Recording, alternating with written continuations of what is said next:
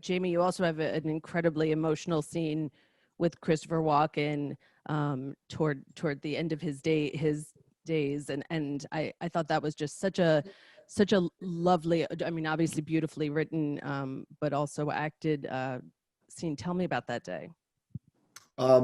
Shanley will testify to this. I cried all day.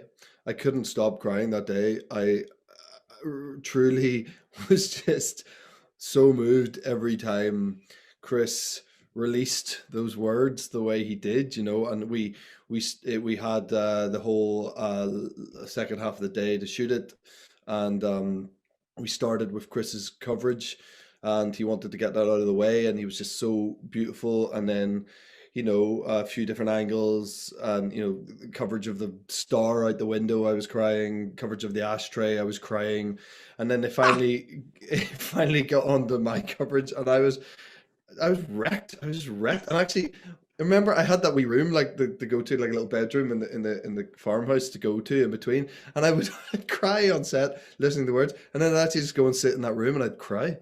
Honestly, I would sit in that room by myself and I would cry, and I'd be like, "Jimmy, you ready for you?" And I'm like, and I'd go back out, and then it finally got around to my coverage, and I did an interview with a friend of mine who's an actress who interviewed me for something recently for this, and she watched the movie, and I was talking to her about that, and she said, "Yeah, because on your coverage you just look so like ruddy and swollen and red and terrible."